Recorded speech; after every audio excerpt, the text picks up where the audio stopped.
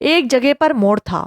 جیسے ہی ہم وہاں پہنچے میں نے گاڑی موڑی تو سامنے سڑک کے دائیں بائیں جانب دو گاڑیاں کھڑی ہوئی تھیں۔ ایک لینڈ کروزر تھی اور دوسری ہونڈا ایکارڈ۔ چشمے زدن ان گاڑیوں کے دروازے کھلے، ان میں سے دو گنوں کی نالیں برآمد ہوئیں اور فائر ہو گیا۔ ان کا نشانہ سیدھ میں نہیں تھا بلکہ گاڑی کے ٹائر پر تھے۔ ایک کے بعد ایک دھماکہ ہوا۔ میں فقط اتنا ہی دیکھ سکا کہ وہ گاڑیاں چل دی تھیں۔ میرے ہاتھوں میں اسٹیئرنگ بے قابو ہو گیا تھا اور گاڑی ایک درخت سے جا ٹکرائی۔ پھر اس کے بعد اندھیرا چھا گیا۔ میں ہوش و حواس سے بیگانہ ہو گیا۔ زندگی کس قدر پائیدار ہے یا ناپائیدار، یہ بحث اپنی جگہ، لیکن موت کو انتہائی قریب سے دیکھنے کے بعد زندگی کی طرف پلٹ آنا، یہاں تک کہ موت کے لمس کو بھی محسوس کیا جا سکے، بحث اس بات کی کیفیت سے ہے۔ موت کی آنکھوں میں آنکھیں ڈالنے کا حوصلہ بہت کم لوگوں میں ہوتا ہے۔ جو با حوصلہ لوگ موت سے آنکھیں چار کر لیتے ہیں ان کے لیے خوف کوئی اہمیت نہیں رکھتا۔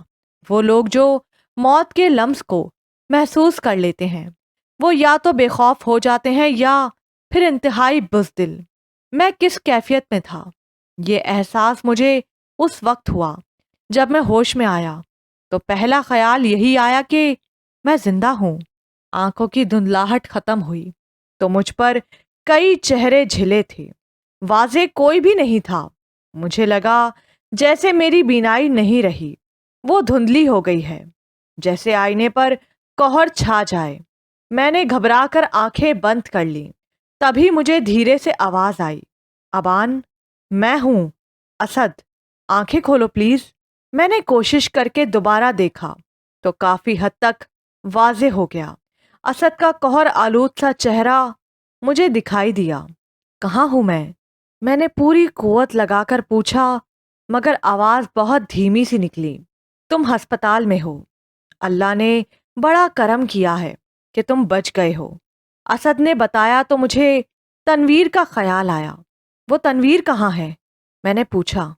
وہ بھی بچ گیا ہے لیکن وہ بہت زخمی ہے، بہرحال ٹھیک ہے، اس کی نسبت تمہیں تو کچھ بھی نہیں ہوا، وہ بولا۔ آپ اب انہیں تنہا چھوڑ دیں اور ہمیں اپنا کام کرنے دیں پلیز، ایک ڈاکٹر نے کہا تو اسد ہٹ گیا۔ ڈاکٹر مختلف آلات سے مجھے دیکھنے لگا۔ تب لاشعوری طور پر میں نے ڈاکٹر سے انگریزی میں پوچھا، ڈاکٹر مجھے میرے بارے میں ٹھیک ٹھیک بتا دیں، میں اپنے آپ کو سنبھالنے کا بھرپور حوصلہ رکھتا ہوں۔ تمہاری صرف بازو کی ہڈی ٹوٹی ہے اور زخم بہت زیادہ آئے ہیں، ممکن ہے بعد میں کچھ اور بھی سامنے آ جائے، فی الحال تم خطرے سے باہر ہو، ہاں مگر چند دن ہمارے مہمان ضرور رہو گے، اس نے اچھے انداز میں مجھے بتایا۔ اور میرا دوست؟ میں نے پوچھا۔ ایک بازو اور ٹانگ دونوں فریکچر ہیں، مزید دیکھ رہے ہیں، ابھی بہرحال اتنا مسئلہ نہیں ہے، میں انجیکشن دے رہا ہوں، اس سے آپ کو نیند آ جائے گی، سکون لیجیے گا، بعد میں بہت ساری باتیں کریں گے، ڈاکٹر نے نرم سے لہجے میں کہا اور انجیکشن دے دیا۔ کچھ ہی دیر بعد میں ہوش سے بیگانہ ہو گیا۔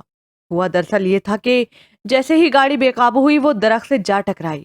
اسی طرف تنویر بیٹھا ہوا تھا، اس لیے زیادہ چوٹیں اسے آئیں۔ چونکہ رفتار زیادہ نہیں تھی اور موڑ ہونے کی وجہ سے مزید کم ہو گئی تھی، اس لیے بچت ہو گئی۔ فائرنگ کرنے والے کون تھے ان کا پتہ نہیں چل سکا تھا۔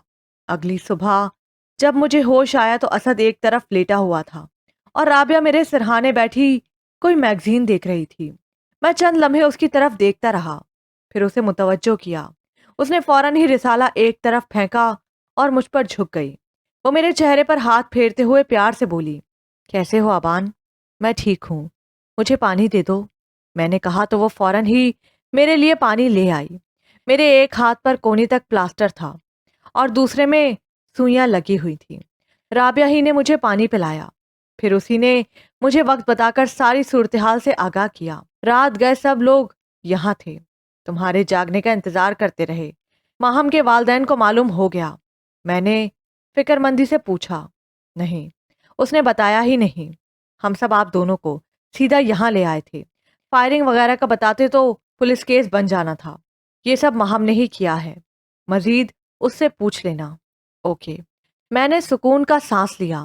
اگر انہیں معلوم ہو جاتا تو میرے بارے میں ضرور تحقیق ہو جانی تھی اور پھر سارا پول کھل جاتا۔ میں خاموش ہو کر لیٹ گیا۔ رابعہ نے ایک دو بار کھانے پینے کے بارے میں پوچھا، مگر میرا دل ہی نہیں چاہ رہا تھا۔ میں نے انکار کر دیا۔ مجھے یوں لگا جیسے نیند آ رہی ہے۔ ہلکے سے جھپکے کے بعد میری آنکھ کھل گئی، پھر نیند نہیں آئی۔ میں یوں ہی پڑا رہا۔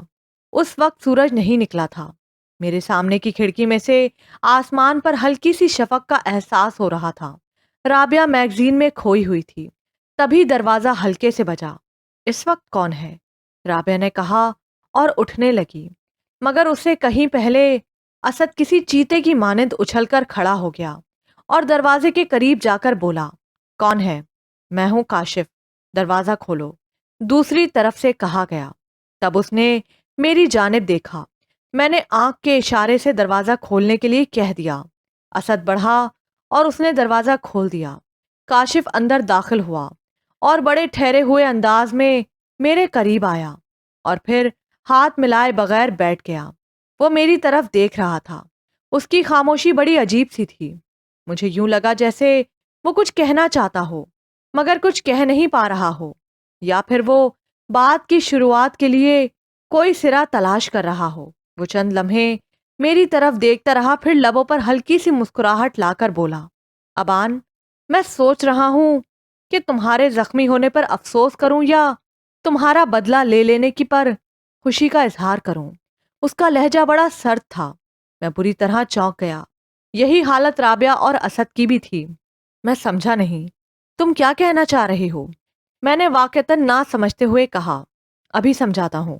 یہ کہہ کر اس نے اپنی جیکٹ کی جیب سے سیل فون نکالا اور پھر ایک ویڈیو کلپ نکال کر میری طرف بڑھا دیا۔ دیکھو اسے۔ میں نے سیل فون پکڑا اور ویڈیو کلپ چلایا۔ وہ کلپ 1 منٹ اور چند سیکنڈ کا تھا۔ اس میں 2 نوجوان تھے جنہیں باندھ کر فرش پر بٹھایا ہوا تھا۔ ان کے چہروں پر وحشت تھی اور وہ بری طرح گھبرائے ہوئے تھے۔ یہ کون ہے؟ میں نے سیل فون اسے واپس دیتے ہوئے کہا۔ وہ سرد سے لہجے میں بولا، کرائے کے قاتل۔ ان کا تعلق کیمپس سے نہیں بلکہ کیمپس پر قابض تنظیم سے ہے۔ یہ وہی لڑکے ہیں جنہوں نے تم پر فائرنگ کی ہے۔ میں چاہتا ہوں انہیں مار کر تمہارے پاس آتا، لیکن یہ ابھی تک ڈیرے پر ہیں اور اس وقت تک رہیں گے جب تک تم ان کے بارے میں کوئی فیصلہ نہ کر دو۔ مطلب یہ تمہارے قبضے میں ہے؟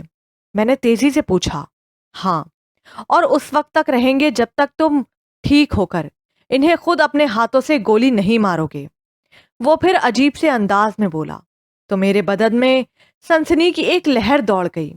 نہ جانے کیوں میرے اندر سے ایک الجھن امڑ آئی تھی جس کا اس وقت کوئی جواز نہیں تھا۔ مجھے تو خوشی ہونی چاہیے تھی کہ پورا دن بھی نہیں گزرا تھا کہ اس نے بندے پکڑ لیے اور اپنے قبضے میں بھی لے لیے۔ کاشف، تم ان تک کیسے پہنچے ہو؟ اسد نے پوچھا تو میری توجہ ان کی جانب ہو گئی۔ حادثہ ہوتے ہی ماہم نے مجھے فون کر دیا۔ میں ان کے طریقہ واردات سے ہی سمجھ گیا کہ یہ کون لوگ ہو سکتے ہیں۔ بس پھر میں پہنچ گیا ان لوگوں تک۔ اس نے مسکراتے ہوئے بتایا۔ اتنی جلدی؟ میں نے پوچھا۔ یہ علاقہ کوئی اتنا بڑا نہیں ہے۔ سب لوگوں کو ایک دوسرے کے بارے میں معلوم ہے کون کیا کر رہا ہے۔ بس جو چھا گیا وہی کامیاب ہے۔ اور ہاں، ایک بات اور ابان، شاید تمہیں یقین نہ آ رہا ہو یا پھر تم مجھ پر شک بھی کر سکتے ہو کہ میں نے کوئی ڈرامہ کیا ہے۔ ممکن ہے بہت سارے سوال ذہن میں آتے ہیں۔ میں کبھی نہیں کہوں گا کہ تم مجھ پر 100% یقین رکھو، مگر مجھے تمہاری ضرورت ہے اور میں ہر حال میں تمہاری حفاظت کروں گا۔ یہاں پر بھی میرے لوگ موجود ہیں۔ تمہاری ضرورت کیسے ہے یہ باتیں بعد میں ہوتی رہیں گی۔ فی الحال تم صرف اپنے تندرست ہو جانے پر توجہ دو۔ میں روزانہ آتا رہوں گا۔ یہ کہہ کر وہ اٹھا اور ہاتھ ملائے بغیر واپس چلا گیا۔ چند لمحوں تک ہم تینوں اس کی پراسرار آمد پر اپنے اپنے طور پر خاموش رہے۔ پھر اسد بولا، اگر کاشف نے سچ کہا ہے تو یہ بڑا خطرناک آدمی ہے۔ وہ خطرناک ہے یا پھر ڈرامے باز، چند دن میں خود ہی کھل جائے گا۔ ایسے لوگوں کے لیے فقط وقت درکار ہوتا ہے، میں نے کہا اور سوچ میں پڑ گیا۔ اسے میری کیا ضرورت آن پڑی ہے؟ میں نے چند لمحے تو اس پر سوچا، پھر سر جھٹک دیا۔ میں قبل از سوچ کر فضول وقت ضائع کیوں کروں؟ پھر بھی ابان، کہیں یہ ہمیں، اس نے کہنا چاہا لیکن میں نے ٹوکتے ہوئے کہا، چھوڑ، کوئی اور بات کرو۔ میں نے کہا تو رابعہ ایک دم سے بولی، سنو، میں تمہیں لطیفے سناتی ہوں، میں نے ابھی اس میگزین میں پڑھے ہیں۔ یہ کہہ کر وہ میگزین کے صفحے الٹنے لگی۔ میں حیران ہو گیا کہ وہ کس حد تک ماحول کو سمجھنے والی لڑکی ہے۔ اس وقت ڈاکٹرز راؤنڈ لگا کر جا چکے تھے۔ جب سلیم میرے پاس پہنچا، وہ مجھ سے سخت ناراض تھا۔ اس نے چند لمحے میری جانب دیکھا اور بولا، سر جی، اگر آپ کو کچھ ہو جاتا تو میں خود کو کبھی معاف نہ کرتا۔ بھلا یہ بھی کوئی بات ہے؟ آپ نے مجھے اپنے بارے میں بتایا ہی نہیں۔ شام ہوتے ہی میں آپ کو کال کر رہا ہوں۔ ساری رات گزر گئی، آپ کا فون بند جا رہا ہے۔ آدھی رات سے میں آپ کو تلاش کر رہا ہوں۔ اس نے ناراضی بھرے لہجے میں خفگی سے کہا، ہاں یار، مجھے یاد آیا، میرا سیل فون کہاں ہے؟ میں نے اسد سے پوچھا تو اس نے لا علمی کا اظہار کیا۔ تب میں چونک گیا۔ وہ سیل فون کسی کے ہاتھ نہیں لگنا چاہیے۔ اس میں نمبر سے میرے بارے میں بہت کچھ معلوم کیا جا سکتا تھا۔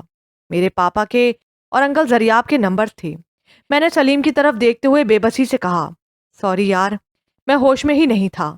تقریباً 2 گھنٹے ہوئے میں ہوش میں آیا ہوں۔ تب سے میں نے مزید کہنا چاہا تو سلیم نے میری بات ٹوکتے ہوئے کہا، خیر، یہ سب تو ہو جائے گا، اب میں ہوں، آپ کوئی فکر نہ کریں، میں سب دیکھ لوں گا۔ مجھے معلوم ہے تم ایسا ہی کرو گے۔ میں نے دھیمی سی مسکراہٹ کے ساتھ کہا تو وہ فوراً پلٹ گیا۔ پتہ نہیں اس کے دماغ میں کیا تھا۔ میں آنکھیں بند کر کے لیٹ گیا۔ مجھے اپنے سیل فون کی فکر ہو رہی تھی۔ میں ابھی اچھی طرح سوچ بھی نہیں پایا تھا کہ مجھے مختلف ٹیسٹ کے لیے لے جایا گیا۔ تقریباً 2 گھنٹے بعد میں واپس آیا تو کمرے میں رابعہ کے ساتھ ماہم بیٹھی ہوئی تھی۔ اس کا چہرہ بہت سوگوار سا تھا، جیسے وہ رات بھر نہ سو سکی ہو۔ مجھے دیکھتے ہی اٹھ کر میری طرف آئی۔ میں جب بیڈ پر سکون سے لیٹ گیا تو وہ بولی، کیسے ہو؟ ٹھیک ہوں، میں نے دھیرے سے مسکراتے ہوئے کہا تو وہ چند لمحے میری طرف دیکھتی رہی، پھر بولی، میں اسد اور رابعہ کو ہاسٹل چھوڑ کر آتی ہوں۔ یہ تھک گئے ہوں گے، آرام کر لیں گے۔ مگر وہ تنویر کہاں ہے؟ سنا ہے اس کی حالت؟ میں نے کہنا چاہا تو وہ بولی، دوسرے کمرے میں ہے۔ کچھ دیر پہلے ہی اسے انتہائی نگہداشت کے روم سے شفٹ کیا گیا ہے۔ اس کے پاس کچھ لوگ ہیں، تم فکر نہ کرو، میں کچھ ہی دیر میں آ جاؤں گی۔ ماہم، تم رابعہ کو چھوڑ آؤ، میں یہیں پر ہوں، مجھے کچھ نہیں ہوتا۔ اسد نے سنجیدگی سے کہا تو رابعہ بولی، کچھ نہیں ہوتا، یہاں آرام ہی آرام ہے، تم سکون سے بیٹھو۔ گاڑی کی حالت کیسی ہے؟ کیمپس آتے ہی دوسری گاڑی ضائع ہو گئی ہے، میں نے کہا تو وہ بولی، ہاں، ایک سائڈ تو بری طرح خراب ہو گئی ہے، اور ہاں، یہ کہہ کر اس نے اپنا پرس کھولا اور اس میں سے میرا سیل فون نکال کر بولی، یہ تمہارا فون میں نے سنبھال لیا تھا۔ میں نے فون لیا، وہ بند تھا۔ میں نے ایک طرف رکھ دیا اور ماہم سے باتیں کرنے لگا۔ اس نے کاشف کے متعلق کوئی بات نہیں کی۔ مجھے احساس ہوا کہ اسے معلوم ہی نہیں تھا کہ وہ ان لوگوں تک پہنچ گیا ہے۔ کافی دیر تک ہم باتیں کرتے رہے۔ اس دوران میری رپورٹس بھی آ گئیں۔ اندرونی طور پر مجھے نقصان نہیں ہوا تھا، اس سے مجھے کافی حوصلہ ہوا۔ میں نے اسی وقت تنویر کو دیکھنے کے بارے میں کہا، میں اس کے پاس جانا چاہتا تھا۔ اسد مجھے سہارا دے کر اس کے روم کی طرف چل دیا۔ مجھے اتنی مشکل نہیں ہوئی۔ تب میں نے محسوس کیا کہ مجھے زیادہ دیر بیڈ پر نہیں لیٹنا چاہیے۔ تنویر کی حالت خاصی خراب تھی۔ میں اس کے پاس کچھ وقت رہا۔ وہ بے ہوش تھا۔ میں کمرے میں پڑا اس کے بارے میں سوچتا رہا۔ مجھے بہت بے چینی ہو رہی تھی اور اس کے ساتھ غصہ بڑھتا چلا جا رہا تھا۔ اسی بے چینی کے باعث میرے دل میں دکھ بڑھتا گیا۔ تنویر میری وجہ سے اس حالت میں پڑا تھا۔ ماہم، اسد اور رابعہ کچھ دیر کے لیے گئے تھے، جبکہ سلیم میرے پاس کئی بار آ کر جا چکا تھا۔ میں اکیلا پڑا ہی سوچتا رہا، یہاں تک کہ میں نے فون اٹھایا اور کاشف کو فون کر دیا۔ کہاں ہو؟ تم سے 10-15 منٹ کے فاصلے پر، وہ بولا۔ بات کیا ہے؟ اس نے سرد لہجے میں کہا، مجھے آ کر لے جاؤ۔ میں نے کہا، ابھی آیا۔ اس نے مختصر سا جواب دیا اور فون بند کر دیا۔ وہ دونوں میرے سامنے فرش پر بیٹھے ہوئے تھے۔ میرے دائیں جانب کاشف اور پیچھے کہیں عدنان تھا۔ شہر سے ہٹ کر مضافات میں موجود ایک حویلی کے تہخانے میں جانے تک ہمیں تقریباً آدھا گھنٹہ لگا تھا۔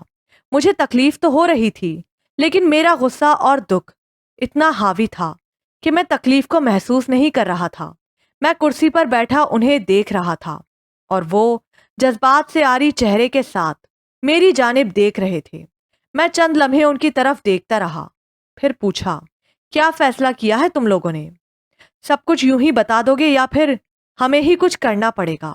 یہ ٹھیک ہے کہ ہم نے تم پر حملہ کیا، لیکن ہم تمہیں قتل نہیں کرنا چاہتے تھے۔ ہمارا مقصد صرف تمہیں دھمکانا تھا، ان میں سے ایک نے بے خوف لہجے میں کہا، اور وہ تنویر جو اس وقت موت و حیات کی کشمکش میں ہے۔ اگر اس کی جگہ میں ہوتا تو؟ خیر، میں نے یہ نہیں پوچھنا، تمہیں یہ صرف بتانا ہے کہ ایسا کیوں کیا۔ میں نے پرسکون ہوتے ہوئے کہا تو وہ خاموش رہے۔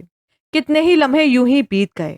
میرا دل چاہ رہا تھا کہ اٹھوں اور اس وقت تک ان کی ٹھکائی کرتا رہوں جب تک وہ سارا کچھ نہ بک دیں، لیکن گلے میں لٹکا ہوا بازو اور بدن سے اٹھتی ہوئی ٹیسیں مجھے ایسا کرنے سے روک رہی تھیں۔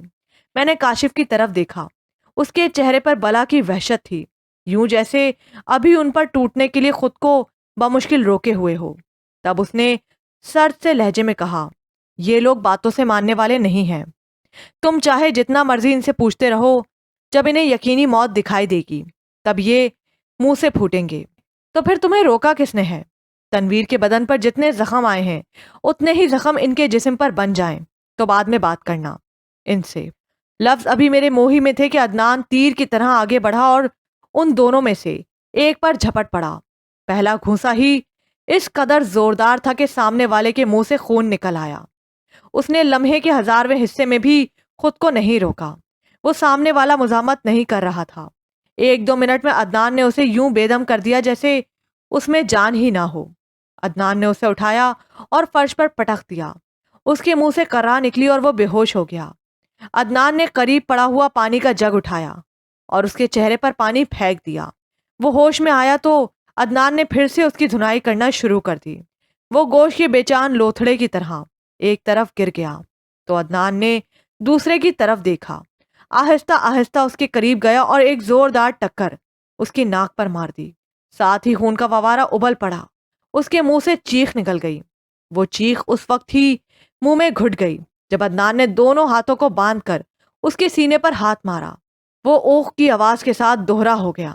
وہ ہاتھ سے رکنے کا اشارہ کرنے لگا مگر عدنان اسے دیکھ ہی نہیں رہا تھا۔ اس نے اپنی لات گھما کر اس کی گردن پر ماری۔ وہ الٹ کر فرش پر جا پڑا اور پھر وہیں پڑا رہا۔ عدنان اس کی پسلیوں پر زوردار ٹھوکریں مارتا رہا مگر وہ ٹھس سے مس نہ ہوا۔ اوئے دیکھو، کہیں مر تو نہیں گیا؟ کاشف نے پوچھا تو عدنان اسے دیکھنے لگا، پھر دھیرے سے بولا، زندہ ہے ابھی، چل ابھی چھوڑ، پوچھ ان سے بتاتے ہیں تو ٹھیک، ورنہ گولی مار کر پھینک دو انہیں۔ کاشف بولا تو پہلے والے نے سر اٹھایا اور پیلے ہوتے ہوئے چہرے سے میری جانب دیکھا۔ ہمیں فرخ چودھری نے بھیجا تھا، صرف آپ لوگوں کو ڈرانا تھا۔ کون فرخ چودھری؟ میں نے تیزی سے پوچھا تو کاشف بولا، میں جانتا ہوں۔ یہ کہہ کر اس نے اپنا سیل فون نکالا اور رابطہ ہونے کا انتظار کرنے لگا۔ اس نے اسپیکر آن کر دیا ہوا تھا۔ جیسے ہی رابطہ ہوا تو وہ بولا، فرخ چودھری، جن بندوں کو کسی کام کے لیے بھیجا جائے پھر بعد میں ان کا پتہ بھی رکھتے ہیں، کیا بک رہے ہو؟ دوسری طرف سے کہا گیا تو وہ تیزی سے بولا، میں بک نہیں رہا، بلکہ جب میں تمہیں یہ بتاؤں گا کہ تیرے بندے میرے پاس ہیں تو تم بھونکنا بھی شروع کر دو گے۔ سیدھی بات کرو، کہنا کیا چاہتے ہو؟ میں نے کیا بات کرنی ہے؟ تمہارا بھیجا گیا کتا بات کرے گا۔ یہ کہہ کر وہ سیل فون پہلے والے کے پاس لے گیا اور اس کے منہ کے قریب کر دیا تو وہ جلدی سے روحان سے والے لہجے میں بولا، میں ہوں ذیشان، میرے ساتھ ابرار بھی ہے، اور انہوں نے پتہ چلا چودھری؟ ہاں۔ کیوں بھیجا؟ تمہیں معلوم نہیں تھا کہ جب دو باتیں ہو جائیں تو معاملہ اپنے ہاتھ میں لینا ہی پڑتا ہے؟ تمہیں معلوم ہے کہ ماہم اپنی پسند ہے، جان چھڑکتا ہوں میں اس پر۔ وہ اگر کل کے لونڈے میں دلچسپی لینے لگ جائے تو اسے ڈرانا بنتا ہے، اور پھر ماہم کی بے وقوفی یہ دیکھو کہ اسے تمہارے ساتھ ملا دیا۔ شکر کرو میں نے اسے مارنے کے لیے بندے نہیں بھیج دیے۔ بڑی باتیں کر لی ہیں تم نے چودھری، تم جو چاہو شوق پورے کرو، لیکن اب مجھ سے بچ جانا، تجھے مارنا اب فرض ہو گیا ہے۔ صرف ایک رات ماہم کو میرے پاس بھیج دو، اپنا سر کاٹ کر تیری طرف بھیج دوں گا۔ یہ کہہ کر اس نے زوردار قہقہہ لگایا، پہلے اپنی بہنوں کی راتوں کا بندوبست کر لو جنہیں کوئی نہیں پوچھتا، پھر بات کرنا مجھ سے۔ اوئے میں نے کہا تھا نا تم بھونکو گے، اب جتنا چاہے بھونکو، میں نے تمہاری دم پر پاؤں رکھ دیا ہے۔ یہ کہہ کر کاشف نے زوردار قہقہہ لگایا تو دوسری طرف فروخ چودھری زور زور سے غلیظ گالیاں بکنے لگا۔ وہ چند لمحے سنتا رہا، پھر بولا، اب یہ بھی بتا دو، یہ تمہارے 2 کتے میرے پاس ہیں، بھیج دوں میں تمہاری دونوں بہنوں کے لیے؟ اس نے جلتی پر تیل کا کام کیا۔ وہ ہذیانی انداز میں بکنے لگا۔ چند لمحوں بعد وہ خاموش ہوا تو کاشف نے کہا، میں انہیں پولیس کے حوالے کر رہا ہوں، وہ خود ہی تمہارا نام پوچھ لیں گے، تم اور وہ دونوں بھاڑ میں جاؤ۔ وہ کبھی ثابت نہیں کر سکیں گے کہ میں نے انہیں بھیجا ہے، انہوں نے ایک لمبی رقم لے کر کام کیا ہے، اب پھنس گئے ہیں تو میں کیا کروں؟ میرا کام ہو گیا ہے، اب وہ جانے اور ان کا کام۔ میرا نام لیا تو میں انہیں خود پھنسا دوں گا۔ چل ٹھیک ہے، دیکھتے ہیں۔ اور ہاں سن، اب اگر تم نے ماہم اور ابان کے درمیان آنے کی کوشش کی تو میں سارے کام چھوڑ کر پہلے تیرا کام کر دوں گا، کاشف نے کہا اور فون بند کر دیا۔ اس نے فرش پر پڑے ان دونوں کی طرف دیکھا اور کہا، سن لیا، کرائے کے ٹٹو کا یہی حال ہوتا ہے۔ بولا، مرنا پسند کرو گی یا پولیس کے پاس جانا؟ خدا کے لیے ہمیں چھوڑ دو، آئندہ آپ لوگوں کے راستے میں نہیں آئیں گے۔ وہ منتیں کرنے لگے۔ دوسرا لیکن گرتے پڑتے میرے پاؤں میں آن پڑا۔ میں نے اس کی طرف دیکھا، پھر بولا، کاشف، تم جو بہتر سمجھتے ہو وہی کرو، میں اب ہسپتال جاؤں گا۔ یہ کہہ کر میں اٹھا اور باہر کی جانب چل دیا۔ میں کار میں جا بیٹھا تو کچھ ہی دیر بعد عدنان ڈرائیونگ سیٹ پر آ گیا۔ تقریباً آدھے گھنٹے بعد ہم واپس ہسپتال پہنچ گئے۔ میں ہسپتال کے کمرے میں پڑا سوچ رہا تھا کہ یہ فروخ اور مہام کا معاملہ کیا ہے۔ ظاہر ہے مجھے الہام تو ہوتے نہیں ہیں، اس کی تفصیل مجھے کوئی بتاتا تو معلوم ہوتا۔ مجھے یہ سارا معاملہ کاشف سے پوچھنا چاہیے یا براہ راست ماہم سے، یا پھر اس کا ذکر ہی نہیں کرنا چاہیے۔ میں کوئی فیصلہ نہیں کر پا رہا تھا۔ میرے کیمپس میں آتے ہی ایسی ہنگامہ خیزیاں شروع ہو گئی تھیں جن کا میرے مقصد کے ساتھ کوئی تعلق نہیں تھا، بلکہ وہ مجھے ان میں الجھا کر مقصد سے دور کر رہی تھیں۔ تاہم ان معاملات کی نوعیت کچھ ایسی تھی کہ ان کا براہ راست ماہم سے نہیں بنتا تھا، لیکن فروخ چودھری کا سامنے آنا اور اس کا ماہم کی ذات کے بارے میں اس قدر دلچسپی لینا میرے مقصد کے راستے میں بڑی رکاوٹ تھا۔ میں اسے نہیں جانتا تھا، لیکن وہ میرے بارے میں معلومات رکھتا تھا۔ یہ بڑی خطرناک بات تھی۔ اگر وہ انکل زریاب کے بیٹے ابان کو جانتا ہے تو پھر میرے بارے میں ذرا سی تحقیق مجھے ظاہر کر دیتی۔ میں چونک گیا۔ اس سے پہلے کہ وہ مجھ تک پہنچیں مجھے یہ معاملہ صاف کر دینا چاہیے تھا۔ اس کے لیے مجھے کیا کرنا ہوگا، یہی مجھے سوچنا تھا، اور سوچ اس وقت آگے نہیں بڑھ سکتی تھی جب تک مجھے فروخ چودھری کے بارے میں آگہی نہ ہوتی، اور ماہم کے لیے وہ کس قدر جذباتی ہے یہ معلوم کرنا بہت ضروری ہے۔ کہاں کھو گئے ہو؟ اسد نے میرے قریب آ کر میری آنکھوں کے سامنے ہاتھ پھیرتے ہوئے پوچھا۔ میں اس کی طرف دیکھتے ہوئے اپنی سوچوں کے حصار سے باہر آ گیا اور مسکراتے ہوئے بولا، کہیں بھی نہیں، بس یوں ہی۔ نہیں، کہیں تو تھے، ورنہ اس قدر کھوئے ہوئے نہ ہوتے۔ کوئی اہم بات ہے؟ تمہیں میرے آنے کے بارے میں معلوم نہیں ہوا؟ یار، وہ خواب آور دواؤں کے زیر اثر ہونا، اس لیے اکثر جھپکی سی آ جاتی ہے۔ میں نے یوں ہی بہانہ تراش دیا۔ اوکے، یہ بتاؤ، کچھ کھاؤ پیو گے؟ اس نے بات ختم کرتے ہوئے پوچھا۔ نہیں، دل نہیں چاہ رہا، میں نے بیزاری سے کہا۔ تم یہ کہہ رہے ہو کہ تمہارا دل نہیں چاہ رہا ہے، لیکن کچھ دیر بعد تم کھاؤ گے، اس نے ہنستے ہوئے کہا۔ مطلب؟